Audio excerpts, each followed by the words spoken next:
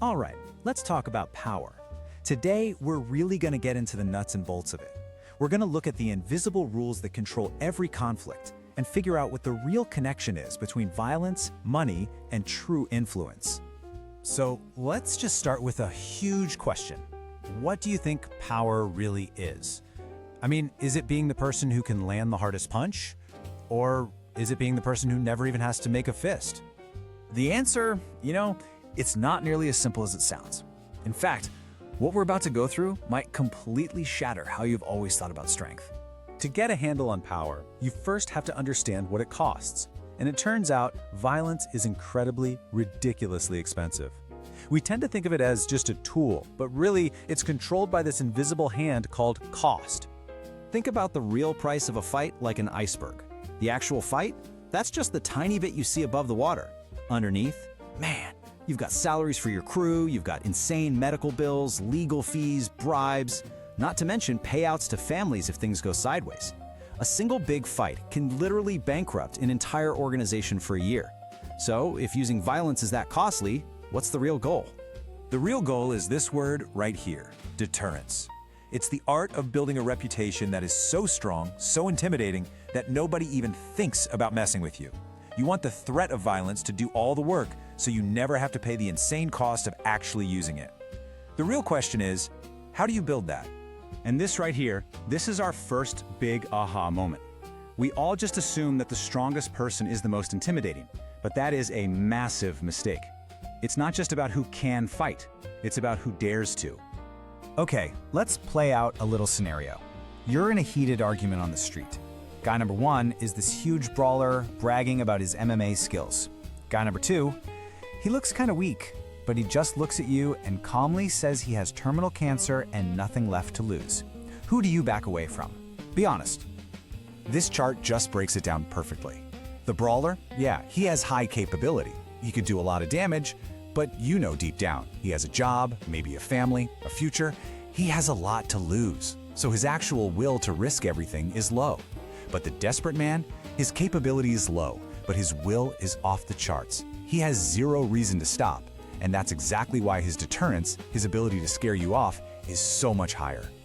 But believe it or not, we can go even deeper. There's a type of fear that goes way beyond physical strength or even a desperate will to fight. It's the fear of the totally, completely unknown. So let's picture one more scene. You're in a shouting match, and this time it's with a guy who looks totally normal. You're yelling, you're insulting him, you're throwing everything you've got at him. But his reaction is just nothing. He doesn't get mad, he doesn't get defensive, he doesn't even flinch. He just stands there, watching you. And then he just cracks this little calm smile. And he's looking at you, but not like you're a person. He's looking at you like you're a steak. In that instant, the argument is over. Your blood just runs cold. So why is this guy the most terrifying of all of them? Because his reaction is completely unpredictable. You have no clue what he's thinking, what his rules are, or what he's about to do. And that total lack of information, that's what creates the most powerful fear there is. So how do the real masters of power create this kind of fear? Well, they engineer moments that just shatter everyone's idea of how the world works. Let's look at a couple of case studies to see exactly how it's done. First up, a classic, a young Vito Corleone from The Godfather. At this point, he's basically a nobody, just trying to get by, but he's about to make one move that's going to build his entire empire. So when a local thug comes around demanding protection money, everybody knows the rules of the game. You've got two choices, you pay up or you get out of town. But Corleone, he picks a third option that isn't even on the menu. He just calmly goes over to the guy's house and takes him out of the picture. That one move was so far outside the accepted rules that it didn't just break them, it created a whole new reality, with him in charge. All right, now for a much more extreme, much darker example of this same principle. We're looking at Jimmy Chai from the movie Election 2. He's got some captured rivals, and he needs them to talk, but these are hardened professional gangsters. Here's Jimmy's problem. Anything he can think of to do to these guys is predictable. Beatings? They expect that. Threats against their family? Heard it all before. Even killing one of them, that's just a known risk of the job. And because all of it is expected, none of it works to break their will. So Jimmy does something that is completely unthinkable. It's not just about cruelty. With this bizarre, bureaucratic calmness, he has them dismembered, packaged up, and ready to be shipped out while they're still alive. The act itself was horrifying, but it was his calmness, the way he treated it like he was just filing paperwork, that made him seem totally alien. He wasn't just another gangster anymore. He was something else entirely, something unknowable. And that's what shattered their minds.